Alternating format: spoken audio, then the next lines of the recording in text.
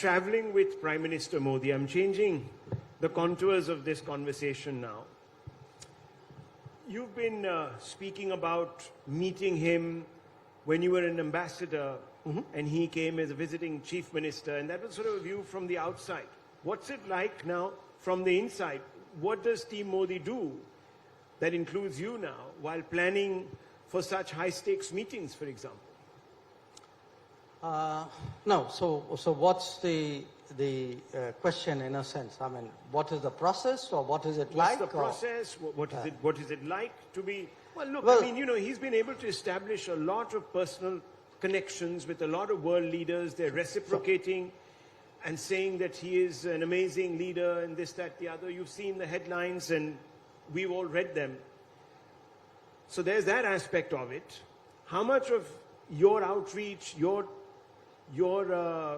planning is centered around his views?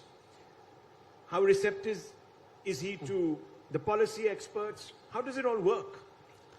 Well, that's very complicated and probably a very long story, but I'll give you a kind of sports analogy, if I might. Okay.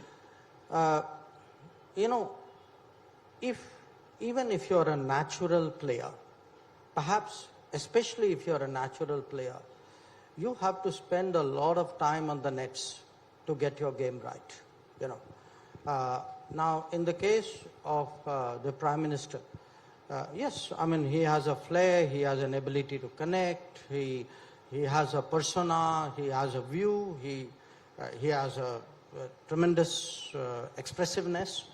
All of that is true, you know, that's the bit which all of you see. But he is also an extremely well-prepared person, very thorough, very hardworking. So, I mean, since we are talking Bali, let us say, typically it would be, okay, before you hit a conference, I mean, weeks before that, you would already have started preparation. This is where we're going. Those are the people we're meeting. These are the big issues.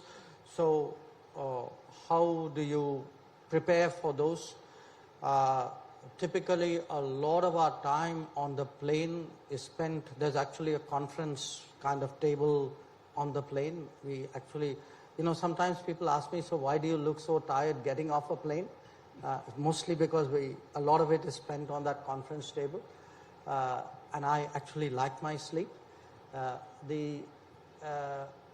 he does a lot of, you know, pre-meeting, post-meeting, because it's not just like a meeting is over and we are done with that. I mean, it is like, okay, very quick, how did it go? You know, what is the further steps? So the continuous brief, debrief, correct, prepare, update, it's a sort of, it's a process. And it is something that keeps you on the toes, because in order for us to work with him, we have, you know, there's a back end to what we do. So in a sense, I would say, you know, there's a kind of a team sort of system that also he harnesses very well. I mean, he's by nature very much of a team person. And quite honestly, I would say perhaps his strength that I have seen is a willingness to actually ask a lot of questions and to listen to a lot of things. He's a very good listener. Never ever forget that.